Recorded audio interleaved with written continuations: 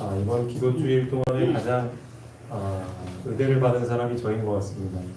이 말씀을 준비하면서 다시 한번 실제로 제 생각을 예수님께 집중하는 법을 연습하고 있는 듯합니다.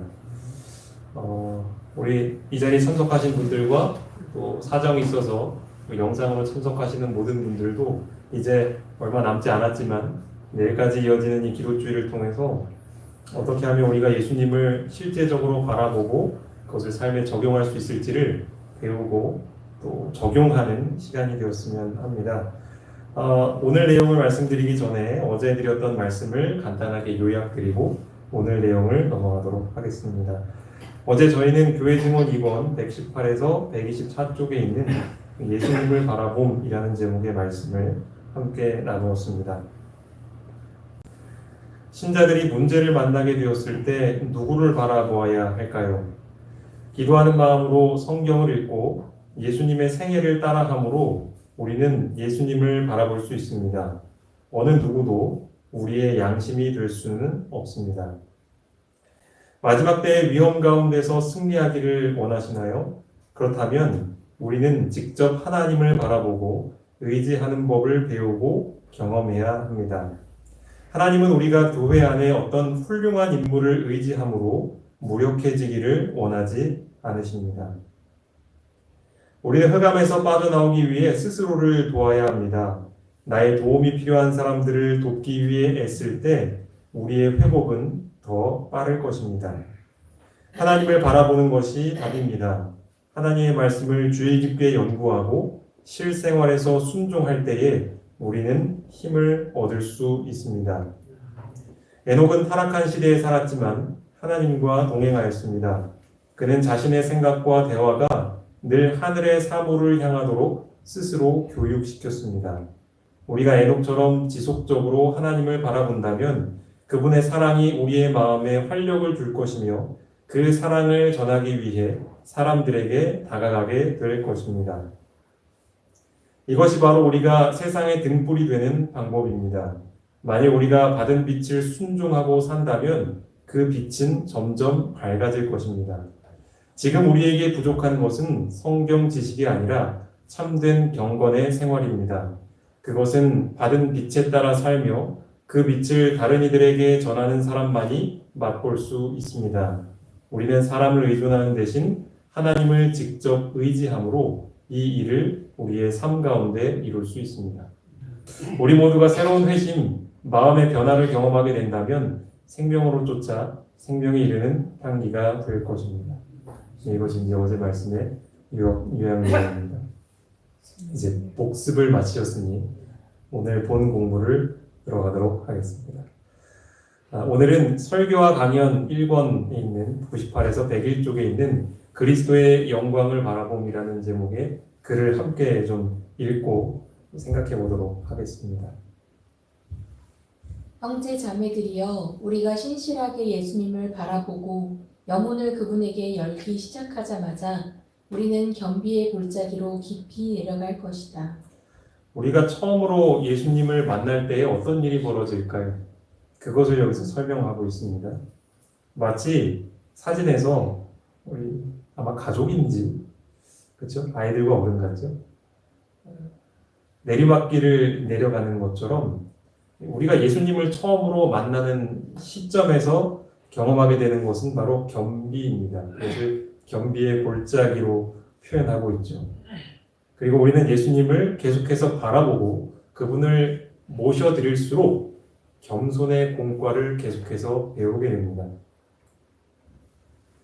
우리가 하나님 앞에 더 겸손히 살게 될수록 우리는 그분께 더 가까이 갈 수 있으며 예수 그리스도와 그분의 비할 데 없는 빛에 대한 우리의 시야는 더 뚜렷해질 것이다. 우리가 성경을 읽어 그리고 성경을 연구하여 더 많은 지식을 얻을 수는 있습니다. 하지만 하나님과 직접 교제함으로 얻는 지식은 더 특별한 지식이죠. 그것은 우리를 바꿀 수 있는 지식입니다. 그런데 그 지식을 얻기 위해서 우리가 해야 할 조건이 있는데 그것은 더 겸손히 사는 것입니다. 바꿔 말하면 우리의 매일의 일상에서 하나님의 뜻이 우리에게 보여질 때 내 생각과 뜻을 내려놓고 기꺼이 하나님의 생각을 받아들이는 자아 포기의 경험을 가리키는 것이죠.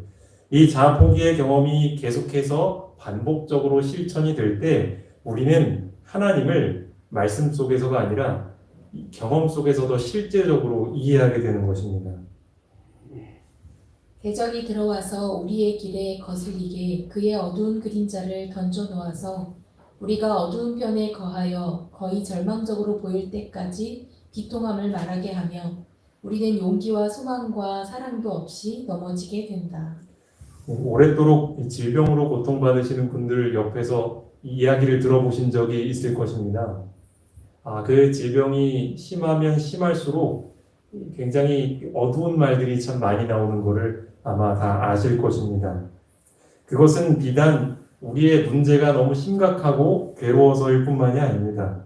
사단은 우리의 어려움을 통해서 자꾸만 부정적인 생각들을 우리에게 자극시키고 넣어주기 때문이죠. 그래서 우리는 그 생각을 받아들이게 될 때 우리의 입에서는 계속 비통함을 말하게 됩니다. 내 문제는 절대 해결될 수 없어. 나는 다른 사람들보다 너무나 불행해. 나는 왜 이럴까? 이런 생각들 말이죠. 그 생각들을 계속해서 돌리게 되면 우리는 용기와 소망과 사랑이 없이 계속해서 영적으로 넘어질 수밖에 없는 것입니다. 우리는 이 그림자가 물러가기를 원하며 우리가 어두운 그림자 너머 밝음을 바라보고 그 너머에 그리스도 예수를 바라본다면 그렇게 될 것이다. 근데 여러분, 이 그림자라는 표현을 우리가 유의해서 살펴봐야 합니다. 그림자는 어떨 때 생기는 게 그림자죠? 빛이 비치는데, 그치, 뭔가를 이 빛을 가로막는 뭔가가 있으면 그 그림자가 생기죠, 그렇죠? 그 이야기는 지금 내가 처한 어둠은 그림자라는 거예요. 분명히 내 삶에 빛이 비치고 있는데 그것을 가로막고 있기 때문에 내 삶이 불행하다고 느껴지게 만드는 존재가 있다는 거죠. 그렇다면 우리가 해야 할 지혜로운 선택은 뭐냐면 이 그림자 너머에 분명한 빛이 있다는 것을 믿음으로 바라보고 선택해야 하는 거예요. 그 선택과 결심을 내가 하지 않으면 우리는 계속해서 내 눈앞에 있는 문제들을 계속 바라보고 그것 때문에 원망하고 넘어지게 되는 것입니다. 우리는 밝음을 바라보고 계속해서 예수님을 바라보기로 선택해야 하는 것이죠. 그러므로 우리가 이 직분을 받아 긍휼하심을 입은 대로 낙심하지 아니하고 우리가 매일 매시간 즐거워하는 것은 하나님의 자비이다. 그것을 말하고 그것에 거하라. 항상 기뻐할 수 있는 건, 그렇죠? 하나님의 말씀에서도 우리에게 명령하고 있죠. 쉬지 말고 기도하고 범사에 감사하라고 하잖아요. 그 이야기는 우리의 상황이 늘 감사하고 기뻐할 수 있는 상황만 된다는 게 아니라는 걸 알고 계시죠, 그렇죠? 비록 그와 반대되는 상황이 내 앞에 펼쳐진다 할지라도 우리는 기뻐할 수 있을까요? 네, 아까 말씀드렸죠, 그렇죠? 그림자 너머에는 빛이 있습니다. 예수님은 여전히 우리를 긍휼한 눈으로 바라보고 계시고 우리가 그분을 바라보기로 선택을 하면 언제나 손을 내밀어서 우리에게 만족을 주시는 분입니다. 우리의 고난의 크기와 어떠함에는 상관없이 말이죠. 이에 숨은 부끄러움의 일을 버리고 여기에 믿음으로 손에 손잡고 행해 나아가야 할 사업이 있다. 우리가 부정직을 행하면서 그리스도의 은혜가 우리와 함께 역사하실 것이라고 기대해서는 안 된다. 네, 내 손에 더러운 진흙을 한껏 묻혀놓고서 우리는 깨끗한 음식을 손에 집을 수 없습니다. 마찬가지로 하나님께서 우리에게 은혜를 주고 싶어 하시는데 우리가 여전히 하나님의 반대편에 있는 것들을 생각하고 골똘히 거기에 열중하고 하는 것을 선택한다면 하나님은 우리에게 은혜를 주고 싶으셔도 주실 수가 없는 것이죠. 그래서 하나님은 우리에게 숨은 부끄러움의 일을 버리라 말씀하십니다. 사람의 눈에는 그것이 가려워져서 보이지 않을지 모르지만 하나님은 그것이 무엇인지를 알고 계시죠. 어두운 데서 빛이 비추리라 하시던 그 하나님께서 예수 그리스도의 얼굴에 있는 하나님의 영광을 아는 빛을 우리 마음에 비추셨느니라. 우리는 그것을 어떻게 받아야만 하는가? 우리는 하나님의 증인이 되어야 하며 우리 품성 안에 그리스도의 품성을 반사해야 한다. 이것이 바로 우리가 전도하는 방법입니다. 예수님의 성품의 빛을 받아보지 않은 사람은 다른 사람에게 전도할 수가 없어요.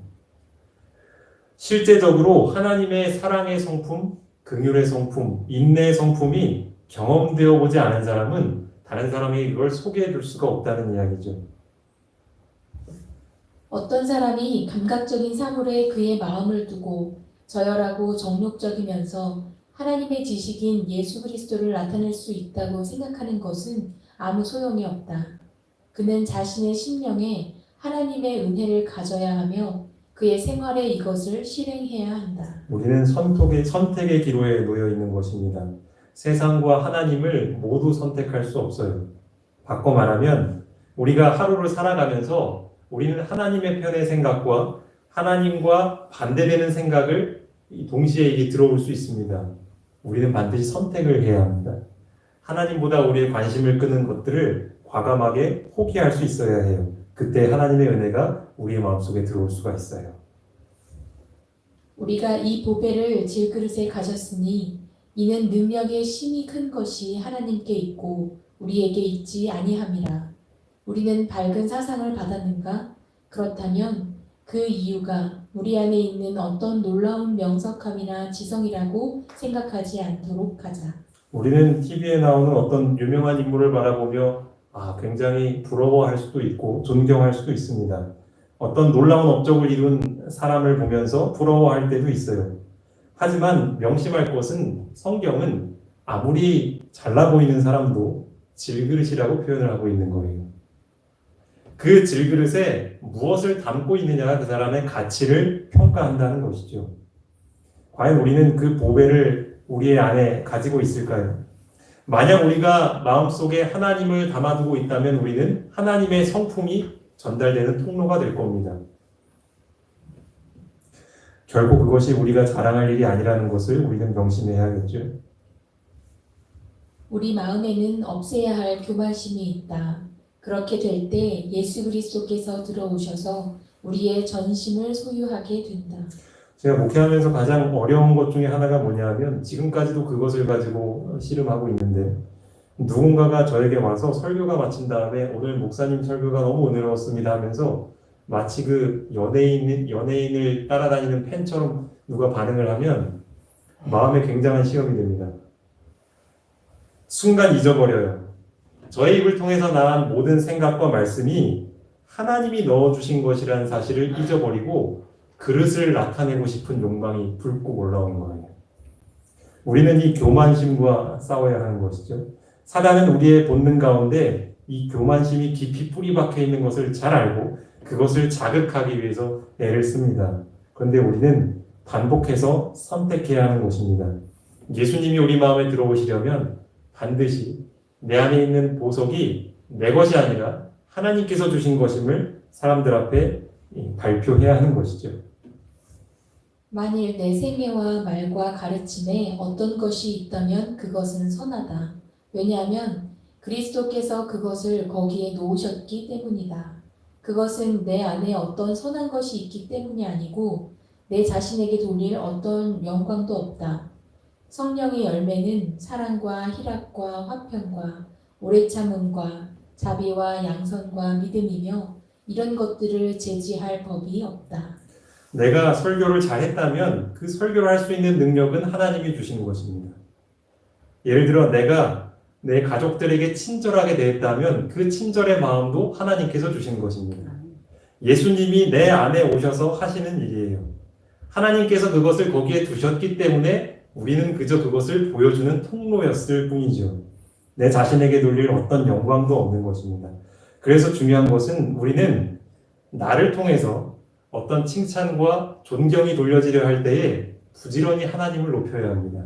그렇게 될 때 하나님은 더 큰 능력과 지혜를 우리에게 주실 수 있어요. 그런데 만약 나에게 어떤 이만큼의 능력과 지혜를 주셨는데 그것을 하나님께 영광을 돌리지 않고 내 만족을 위해서 자랑을 한다면 하나님은 더 큰 것을 우리에게 주실 수가 없는 것이죠.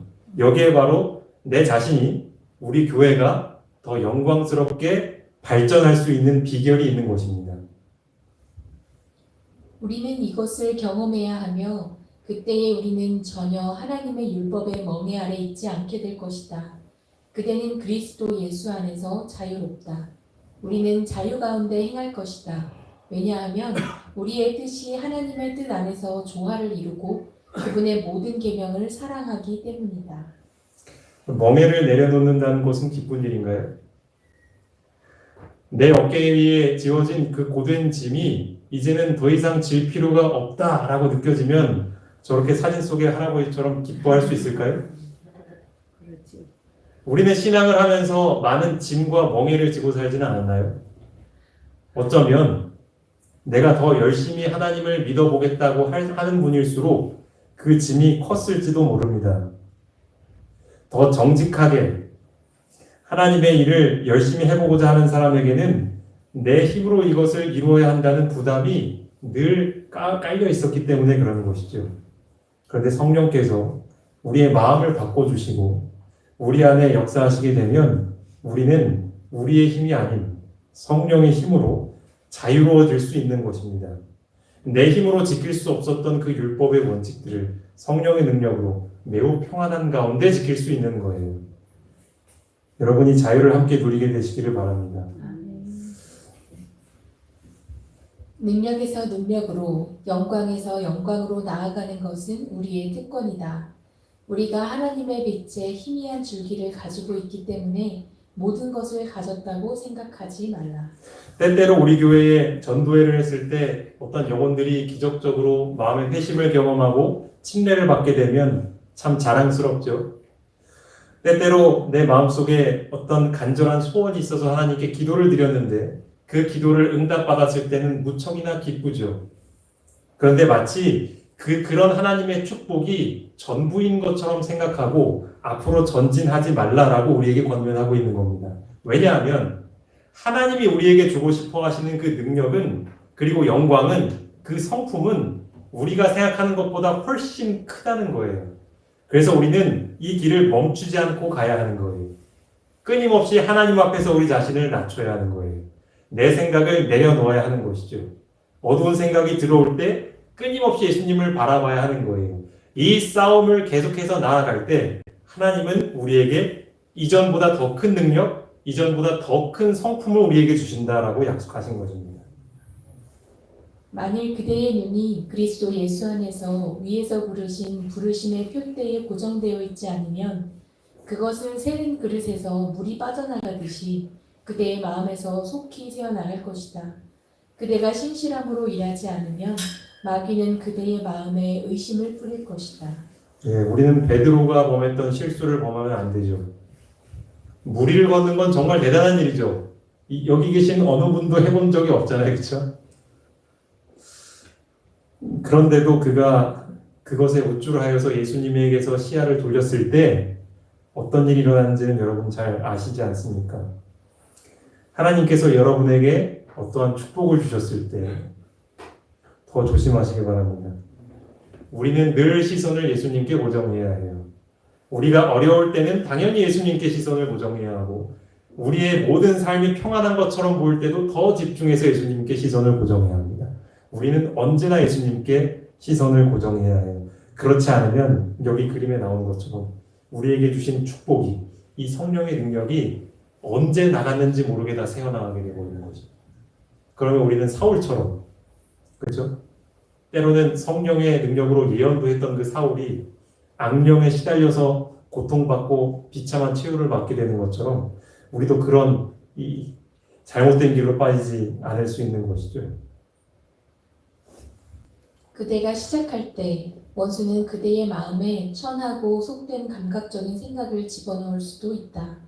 그러나 그대의 영혼을 예수 그리스도께 높이 올리고 그분의 순결함을 생각하면 그것들은 오래 머물지 않을 것이다. 이 싸움은 굉장히 끈질긴 싸움입니다. 사단은 절대 방심하지 않고 우리에게 공격을 해옵니다. 우리가 어떠한 것을 하나님보다 더 관심을 두고 사랑할지를 너무나도 잘 알고 있습니다. 그래서 그런 것들로 우리의 생각이 향하도록 아주 교묘하게 우리를 이끕니다. 그렇기 때문에 우리는 매 순간 매일 예수님을 바라야 하는 것입니다. 영혼을 예수 그리스도께 높이 올리라는 말이 바로 이 뜻이에요. 우리의 생각을 우리의 눈에 보이는 것들에 향하지 말고 보이지 않는 하나님께 향하기 위해서 우리의 모든 힘을 다해서 그 노력을 해야 하는 거예요. 우리의 머릿속에서 예수님의 순결함이 떠나지 않을 수 있도록 늘 생각을 고정하는 것입니다.